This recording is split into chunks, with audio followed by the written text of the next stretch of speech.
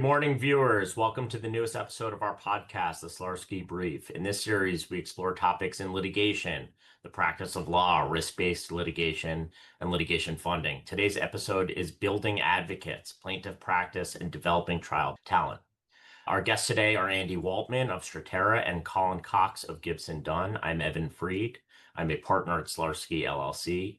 We focus on a range of commercial litigation, including investment frauds, business divorce, judgment enforcement, and disputes concerning the practice of law and litigation finance. A substantial portion of my practice is contingency and hybrid work, generally on the plaintiff side. Andy and Collin, why don't you guys give some quick introductions on yourselves? Yeah, thanks, Evan. I'm Andy Woltman. Appreciate you having me. I'm a co-founder and managing director at Statera Capital, which is a commercial litigation finance fund based in Chicago. Our place in the commercial litigation finance market is that we uniquely focus on single case investments that require between $500,000 and $4 million investments, which generally sits below the floor of many of the other funders and makes us broadly relevant across AmLaw 100 to boutique firms looking to bring these cases. We're a Chambers rated firm made up of litigators from Williams & Connolly and McGuire Woods and finance professionals. And prior to launching Statera, I was a litigation partner at McGuire Woods. Hey, thanks, Evan. I'm Collin Cox. I am a partner at Gibson Dunn & Crutcher in Houston. I'm the co-partner in charge of this office. I've been at Gibson Dunn for just about 4.5 years. I came over here from a litigation boutique also in Houston and started my career after clerking in Philadelphia at Williams & Connolly in DC. So I've been doing this for longer than I would like to admit, but coming up on a quarter century somehow. But good to be with you today. Awesome. Let's dive into it. Collin, I saw the recent article in the American Lawyer about a victory you and your team had for nearly $300 million. The article lays out a recent plaintiff victory for a small real estate development firm against a financial backer. Congratulations on the win. One thing that I found striking in reading the article was the focus in the article, and in your language in particular, that every associate who worked on that case had not just a role, but a stand-up role in the trial itself. Why was that important to you? I think there are a couple of answers. One, which is hopefully more selfless than the other. One thing is, look, I grew up in firms where getting experience early was just part of the DNA. And I think that certainly helped me become the lawyer I am. I was surrounded by people who pushed me and wanted me to succeed, but also, made it uncomfortable because I had to kind of perform. And you get better with reps, as with anything. And so I've been committed to that as a process wherever I've been. I've been at 3 firms that believe the same way. I also think, just as the law has developed and as society has changed, what juries expect today versus even 5 years ago, certainly 10 years ago, has changed as well. So when I was a much younger lawyer, you'd have a quote unquote diverse team. That just meant that the people at the table were not just all a bunch of older white guys, but that diverse team didn't really have much of a role. The older white guys tended to do everything. And I think jurors don't appreciate that anymore. And I think that judges don't appreciate that anymore. And it's a reflection of the fact that we're all more diverse. And I think that a diverse team, it means a team of people, all of whom have a role. I'd like to say I would have done it anyway, because that's just sort of the system in which I grew up. But I also think it's what judges and juries expect, and it leads to a better presentation. It allows for different voices to be heard. I think clients appreciate it when juries are interested. And in any long trial, and this was a long one, if it's the same people talking all the time, there's naturally just some tuning out. So I think having those diverse voices perform is just really important for presentation. Yeah, Andy, you guys, in many ways, try to put yourself in the seat of a fact finder, right? What's a jury going to think? What's a judge going to think? How do you think about bench, and how do you think about how a jury might perceive different generations or a diverse set of lawyers that's to be presenting a case? Well, first off, congrats to Collin and certainly his team. Our business is we provide financial support to companies that are bringing these strong meritorious commercial disputes, and lawyers like Collin and his colleagues who are representing them. And we don't control trial strategy. We don't control decisions. We don't control who's standing up and making these arguments. But we're looking at these cases and we're vetting them, as you say, Evan, as fact finders, trying to figure out which cases are well suited to win and effectively eliminate the ones that we don't think will be successful. And so I agree entirely with Colin's observation about the benefits of multiple and diverse voices and roles. I mean, juries want to hear from everyone, and judges respect that. The old school way of having whatever the demographics are, but 5 lawyers sitting around a table and a jury hearing from one voice is outdated. And I think it takes away from the credibility of the team. And I think it reflects negatively on the client and sort of their posture relative to maybe a less resourced plaintiff. And so if you look at sort of the common demographic of a juror, which in many states is if they have a driver's license, they're eligible for jury service. And so who is best to connect with them? And is it just one person who is the most senior lawyer at the table, or is it a group of different voices? And so I agree with all that. And as funders who are taking that role of fact finders, because we're not controlling things, it's very important for us to understand all that from the outset. Who is going to have a voice at trial? And if a firm like Gibson Dunn and a lawyer like Collin show up and tell us that this is our trial team, that's far more interesting to us. Well, let's talk about it from the associate's perspective. Look, we've all been around the litigation world, both on the law firm side and the litigation finance side for years. What generational shifts are you guys seeing, and how does that impact what motivates those associates to do whatever they're doing, whether it be litigation finance or litigation in the best way possible? Collin? Yeah, sure, Evan. Look, as always, it's a people business, right? And so we're consistently, constantly worried about having the best team. And that is not only recruiting new people to come to the firm, but keeping those that you have happy and fulfilled. And I think every generation of trial lawyers grows up and thinks that it is ready for experience. But I think this generation in particular is sort of demanding the chance to have a swing at the plate. And it's not always, picking the jury. You may not do that your first year out of a clerkship or your first year at a firm like Gibson Dunn, but there's a role somewhere. And I think that associates more and more are demanding the chance to have an opportunity. And I think that's fair. We see it as if we don't give them those opportunities, they will find them somewhere else. And so I think in terms of this generation, that may not be a lot different than generations before, but it's certainly something that we are cognizant of. And I also think that we're just very much a place where the best ideas should win. I've seen more trials than the younger members of my trial team, yes, but they have terrific ideas, and just creating an environment where you're not afraid to share your perspectives. And it's, not unlike, I use a lot of sports analogies, of course, but it's not like batting, right? Like if you hit 3 out of 10, you're a major league all-star, right? And if you bring 10 ideas to a trial team, maybe 3 or 4 are good and the rest are horrible. But at least you're in a place where you're comfortable bringing those ideas forward because there are 3 or 4 ideas that no one would have thought of. So Yeah. we just try to create a place where not only every voice is heard, but also people have an opportunity to sort of stand up and perform too. Yeah, I mean, look, these are highly trained folks, incredibly intelligent. I like to brag that pretty much all my associates are far more intelligent than I am.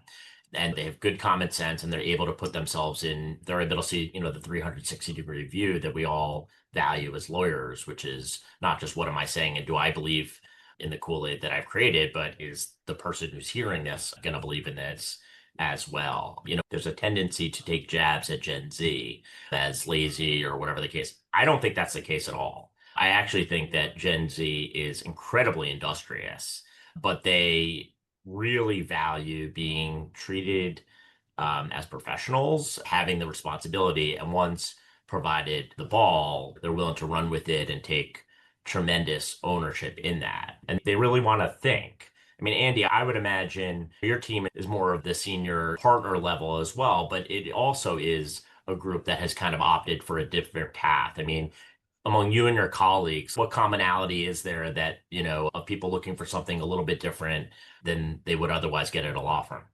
Yeah, I think in part, not necessarily specific to our team, but we offer an alternative way to sort of flex those legal muscles and use your legal training to think through complex legal challenges. That's what we do all day long. And, I agree with both of you. I think today associates, they want growth opportunity. They want these challenges. They want career satisfaction. They want quality of life. And I don't think that necessarily replaces their role of doing a lot more of the sort of grunt work, if you will, and that should always stay, but it's not a this or that. And I also think the quality of work that you get out of them, where they know they have this opportunity waiting in a deposition or in an argument at the end of the day, they're going to be far more engaged on the discovery if they have to get up and argue off of those papers or they have to be able to defend a position. And going back to our team and what we do at Statera, the market just offers different opportunities for very smart lawyers these days. And whether that's moving to boutiques, whether that's going to a firm like Statera, our industry has benefited from, it's small, but it's attracted very smart, very sophisticated people, Supreme Court clerks, appellate court clerks, and the like. So there's just more opportunity for them to go seek that opportunity if they're not getting it in a firm that maybe historically did not treat associates that way. All right, let's shift bases a little bit. Collin, you're now at Gibson, but as you said earlier, you kind of grew up in boutique or regional player space. What are the factors driving a big traditional shop like Gibson Dunn to attempt to build a plaintiff practice?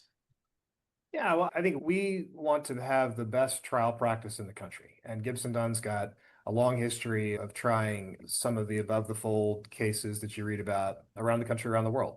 So many of those are on the plaintiff side. I think we are always looking at every case individually. I think certainly given what is happening in the national economy, the awards that are being given by juries, any firm would be crazy not to look at plaintiff side cases in a moment like this. And Gibson Dunn's no different. And most of our cases tend to be one business against another. And so somebody's going to be a plaintiff, somebody's going to be a defendant.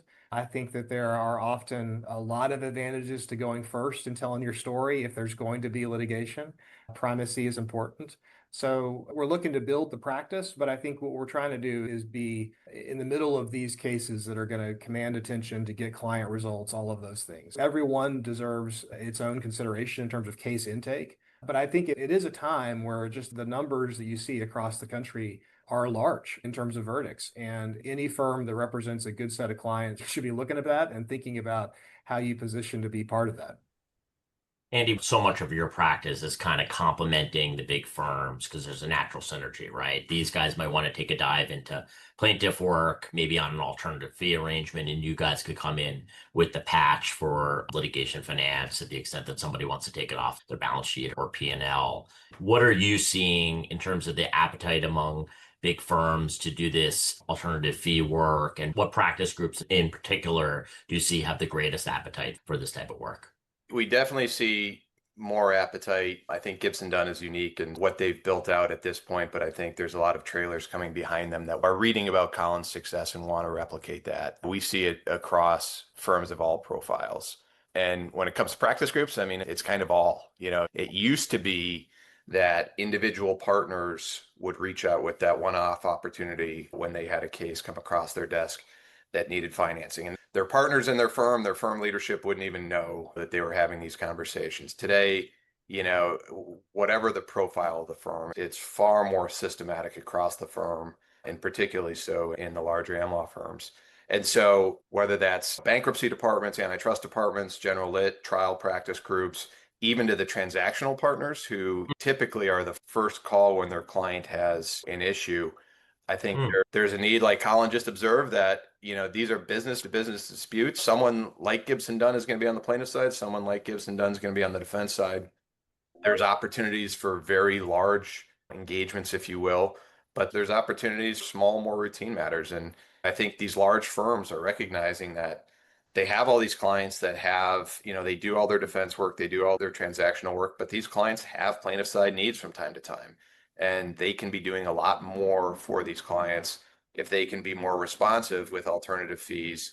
And as a plug for us, funding is a very natural conduit to a firm providing those alternative fees. So it's a win-win. They're providing better service to their clients, they're generating more revenue, and that's coming from sort of all angles in the firm. Yeah. Collin, recently I had a conversation with a partner at a large firm similar to yours who had recently brought in a matter, patched it up with funding, $2 million budget, and management committee kind of shrugged it off. And they're like, well, like, this is cute, but, in the grand scheme of things, they weren't super thrilled about the funding element. They weren't super thrilled about a plaintiff opportunity in the lens of the tens of millions of dollars that a firm might make in doing a multi-billion-dollar securitization on the transactional side. What sorts of challenges have you seen operating a plaintiff practice in a bigger, more traditional environment?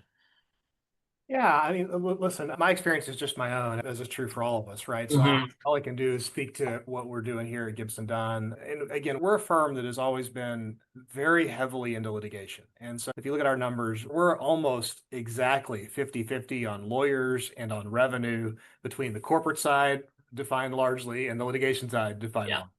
So I think that helps. I think that this is a firm that is full of great trial lawyers. So no doubt that's part of sort of the backdrop that leads to our decision making. Yes, of course, we would look at the numbers for every case. Are there cases that may be too small in terms of dollars at issue? Not small in terms of importance, but just in terms of the dollar amount at issue, or that don't make sense to be a Gibson? Of course. And that's true for a lot of the AmLaw 10, 20, whatever the number is.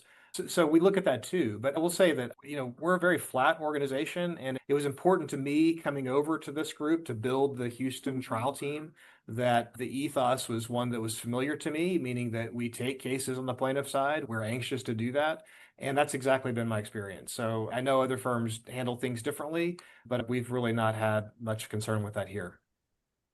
Well, look, we've talked a lot about development of attorneys and how that interplays with plaintiff work or with litigation finance. Andy, how have you seen partners or senior associates, junior partners coming through the ranks grapple with litigation finance? And in particular, have you seen junior partners use litigation finance as a way to create their own client base or develop a niche within the firms where they practice?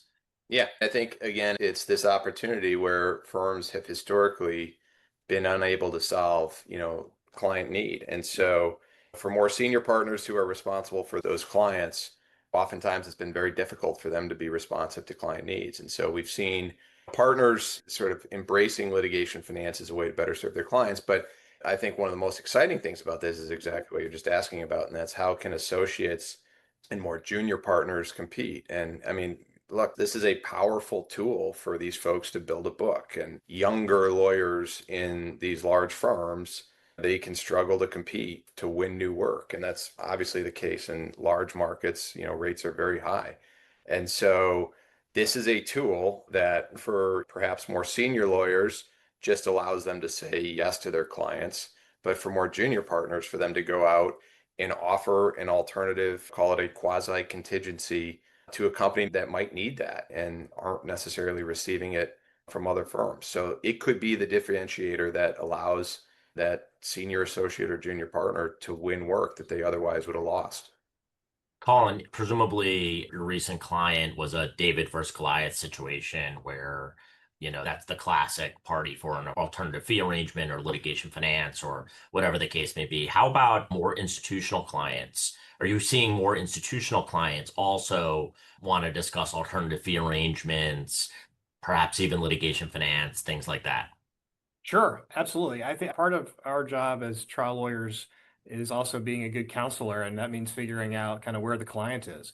So for some clients, of course, the most important thing is predictability in budgeting, and knowing what the legal spend is going to be month to month is sort of the most important thing on his or her plate for the next 12 months. Some clients, it's all about, the result, whenever the result is delivered. And every client is right. That's the fun of the job, is you have to figure out where he or she is and then match it. So in a world where there are so many uncertainties and trials can last until a settlement tomorrow or 3 more years, and just figure out what the priorities of the client are. And litigation finance is a tool for solving for those priorities. Hmm. And I've seen that more and more. And obviously, the folks at Statera, others have been thought leaders here on sort of making the space more accepted by all, more socialized, if you will. But, if 10 years ago at litigation finance conferences, people were still trying to figure out what the products were, right? And now you don't have those discussions with GCs or heads of litigation. They know what's out there. They know the good players, right? And from my perspective, that's a sign of the industry maturing. It's a sign of the industry being better accepted. And so, yeah, I think we have more and more of those conversations with pretty traditional legal departments about whether litigation finance can be a solution for a particular matter or a suite of matters too. Hmm. Look, we covered a lot of ground today. Why don't we just go around the room, pick anything under the sun. What are your guys' predictions for anything in the practice of litigation, whether it be technology, litigation finance, plaintiff practice in the upcoming years, or what are you looking forward to seeing?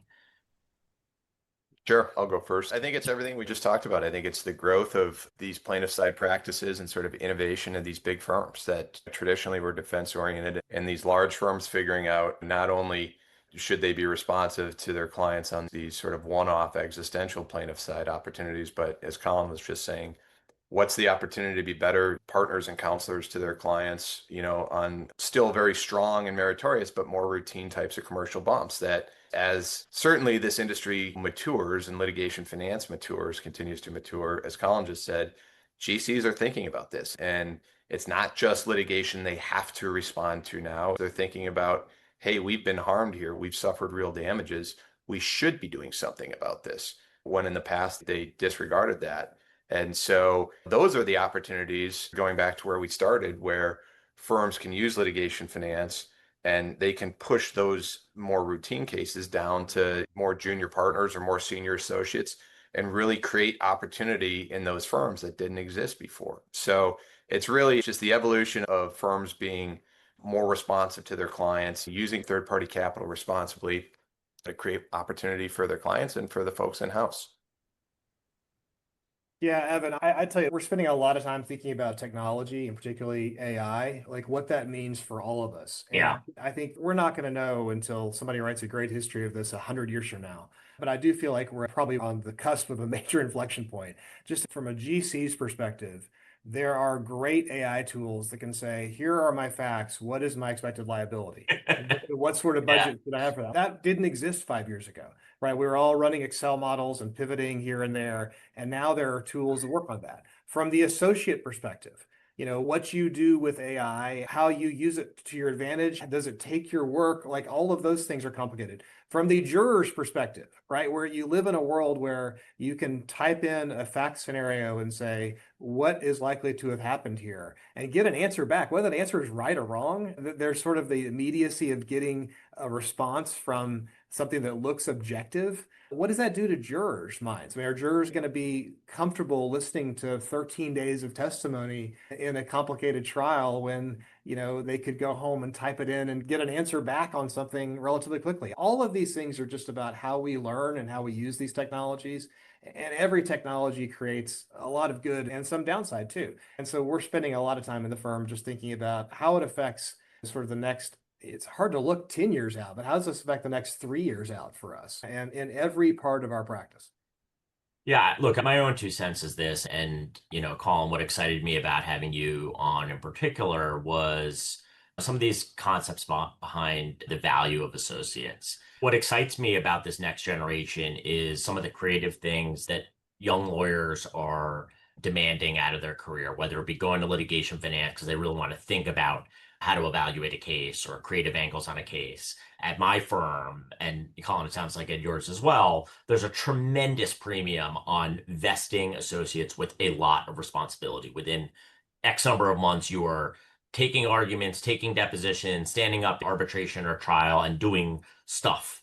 And I think an ebb and flow, like anything, there was a big generation of let's just grind this out. I'm going to do the most hours and the biggest cases in the world and work for the biggest, this or that, the other thing. And this is just different. We're at a really interesting time right now where I see tremendous ownership among my associates in $5 million cases, in $1 million cases, and then coming out with creative ideas and thoughtful argument and really effective advocacy. And it's exciting because I think we're at a really interesting time for litigation, and I'm happy to be part of it.